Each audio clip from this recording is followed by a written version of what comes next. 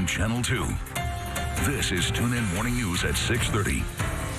Yeah, Tune In's Mia Monet is live at Amazon this morning. His name is Dylan Anthony. His family did confirm that with us. Now, this all took place around 11:15, and we're told it started between two employees having an argument. This explosion happened back in August, and you can actually see Highway 51, this entire portion of Highway 51 is actually still shut down. So much going on back there, and yes, this is a deadly situation. We can confirm that 2 people have died on the scene, and 2 other people are in the hospital. Serve at Howell Place Apartments. It's right next to Helix Aviation Academy School, and I want to show you the victim was sitting in this car, and now it is being towed away. Police presence right here, law enforcement agencies. I'm seeing U.S. Marshals and I'm seeing sheriff deputies working together for this situation. And we actually saw Brian Kelly pull up into the football operations building. I'm going to step out of the way so that you can see. He is literally packing up his boxes and getting his things gathered up right now. I think I'm getting a better picture of it now because yesterday there was so much damage everywhere and I was confined to one area. It's now our Wonderland, and I think the Jags over here at Southern are definitely taking advantage of it. I want you guys to come with me this way, and just to see right outside of this dorm, you'll see all of these students outside playing. I'm actually standing over here right now with the Tramps, and I'm joined with Mr. Armand Miller. He is the captain of the Tramps. Good morning. Good morning and happy Mardi Gras. There we go. There we go. Now, guys, I'm having a great time out here. This is all a part of the rodeo. Once again, this is the 2nd annual calf roping on the bluff. And look, this is what they got me. It is a huge wrestling belt. They got my name engraved on it, and it says Grand Marshal, so I cannot wait. For now, reporting in Baton Rouge, it's Mia and Ava the Sea Lion signing out for WBRZ News 2. This is WBRZ News 2 at noon. Good afternoon, and thanks for joining us on News 2 at noon. I'm Mia Monet. We start this hour with a live look inside of the Capitol. Right now, your elected officials are opening the first day of Louisiana's 2026 legislative session. This Air Canada jet collided with a fire truck on the runway during its landing. Take a look at this damage. You can see the nose of the front of the jet is destroyed. Hazing death of Southern University student Caleb Wilson. The second suspect, Kyle Thurman, was arrested yesterday in West Baton Rouge. He is charged with felony hazing. Right now, jury selection is happening for the Melanie Curtin case. We actually caught her walking into the courthouse this morning. Here's that video right here. You may remember back in February of 2024, a fire destroyed St. Luke's Episcopal Church. Yeah, it was a massive fire. Police identified the victim in what they say was a targeted shooting. The city parish is backing a pair of proposals which could give property owners a tax break. And Gonzales police say that Anderson hit several cars and tried to hit people in a parking lot. 300 Transportation Security Administration agents have quit their jobs as the Homeland Security shutdown stretches into its 4th week. Gas prices are up nearly 80 cents from a month ago. President Trump is actually trying to get a coalition together to protect oil tankers leaving the Persian Gulf. Well, a man in Mississippi faces a charge of attempted murder of a police officer after crashing into another vehicle on I-10 in West Baton Rouge. It slams into 2 units, and then it turns off of Airline and Old Hammond. Right now, the EBR School District is offering counseling services for students and staff at Sharon Hills Elementary School. That's where 8-year-old Davian Nicholas went to school. Davian was shot and killed on Sunday. Louisiana-based rapper Mystical is facing up to 20 years in prison after pleading guilty to a rape charge. Rapper Tootsie has joined LSU's football team. Tootsie, whose real name is Najor Granger, is listed as a freshman wide receiver on the online roster. We're going to toss things on over to the human jukebox so that they can play something for us right here, only on TuneIn. Hear it. Wait, hold on. Okay, Ready? Can I get 2 claps and a Ric Flair? Let's do it.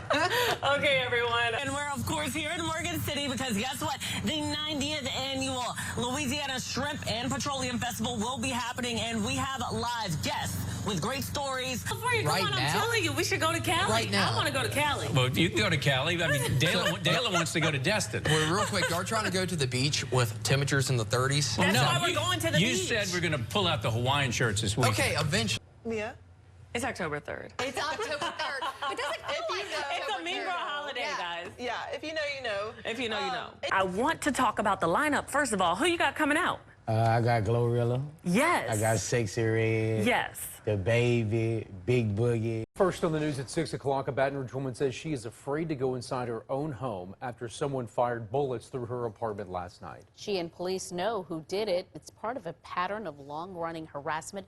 She tells News 2's Mia Monet she cannot believe something has not been done before this latest ordeal. Mankisha Pike was asleep on her couch Thursday night when she woke up to the sounds of gunfire. I'm sitting up, head like leaning to the back, and I hear shots going off. I really wasn't thinking nothing of it at the time because they did have children out here popping fireworks prior to that happening.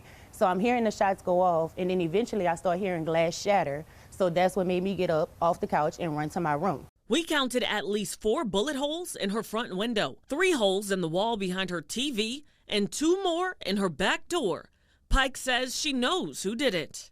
The girl who lives 2 doors down from me, she came and shot through my window. I've been having issues with her previously in the past. Like since she moved here, I've been having issues with her. This is not her first encounter with the woman.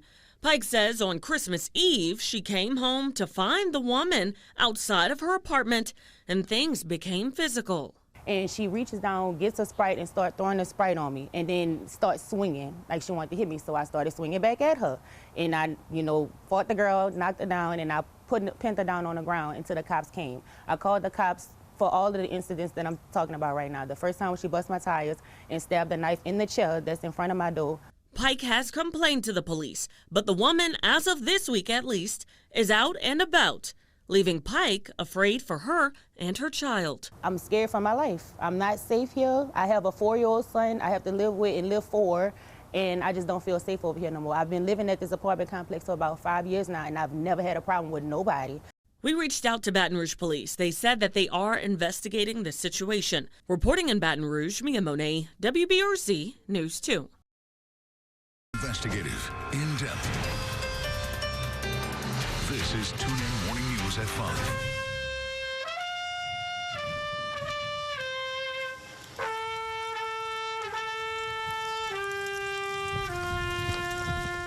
It's been 2 weeks since Caleb Wilson died while allegedly being hazed by members of Omega Psi Phi fraternity. Let's take you back through what has happened since that tragic night. This morning, all 3 suspects involved in the Caleb Wilson hazing death case are out on bond. 23-year-old Caleb McCrae is facing 1 count of manslaughter and 1 count of felony hazing. 25-year-old Kyle Thurman and 28-year-old Isaiah Smith are both facing 1 count of felony hazing. Smith was allegedly serving as the Dean of Pledges for the Beta Sigma chapter of Omega Psi Phi. According to the arrest affidavit, the car that dropped Wilson off at the hospital was registered to Smith, and Smith was seen on surveillance video removing an unresponsive Wilson from his vehicle. Earlier that night, police say Wilson and 8 other pledges arrived at this warehouse where they changed into gray sweatsuits and stood in a line and were each punched 4 times with boxing gloves by at least 3 individuals, now identified by police as Smith, Thurman, and McCrae. Police say Wilson collapsed to the floor, becoming unresponsive, and a pair of black boxing gloves later discovered at the scene. Wilson was a mechanical engineering student and a proud member of the Human Jukebox. At a recent vigil, Wilson's grieving father, Corey, recalling his son's passion for music. I just want to thank you all, the Human Jukebox. This is Caleb's life. He really loved the jukebox. When they allowed us to go into his apartment, his uniform was laid out and ready for this Mardi Gras season. He knew. He said, we're going to get to Alligator. We're going to get Jackson State, and anybody get in our way this week. He was ready. I love that soundbite from his father. He was a true band head, Caleb. Now, WBRZ will be streaming today's services on our YouTube page. Well, the oldest Black Debutante club in the country was created 130 years ago in New Orleans. Every year, the men of the club select a group of young women to be presented to society during their annual ball. This year, their queen is a senior at Episcopal High School. I'll tell you about the rich history of the Black Debutante. Welcome to the LSU Textile and Costume Museum, where we house over 5,000 artifacts telling a very broad history of Louisiana, LSU, and the greater region. Ava Rose Robertson is a senior at Episcopal School of Baton Rouge. She's donating a very special dress to the museum. Being able to put it on a pedestal, because it was a custom-made dress and it was all for this one night. I don't want it to be sitting in a closet somewhere. I want it to be appreciated. She wore it in January when she reigned as queen of the Young Men Illinois Club in New Orleans. All hail the queen. All hail the queen. The 2025 Young Men Illinois Club Queen. It's a prestigious club with a rich history that started in 1895 by a group of men who worked the Illinois Central Railroad that traveled between New Orleans and Chicago. They were butlers on the Illinois Central Railroad, and whenever they were in town on a layover or whatever, these guys would work as butlers in the big rich white homes in uptown New Orleans. And it was there that they saw what the young white girls were being presented, and they said, basically we can do this for our black girls. However, in 1926, there was conflict. Because two of the members both wanted their daughters to be queen, so the club split. Since then, it's been two separate clubs, the original Illinois Club and the Young Men Illinois Club. But the desire for the crown remains the same. Now, there's a list for the members, and the earlier, the better. They put their daughters' names on the list, at a very early age. My name's been on the list to be queen, since I was born. Some may call it a birthright. Now, she's embedded in history forever, leaving her mark with the club and in the museum. And I'm so thrilled to be able to have Ava's dress because it lends this unique component of black history. Ava Rose Robertson.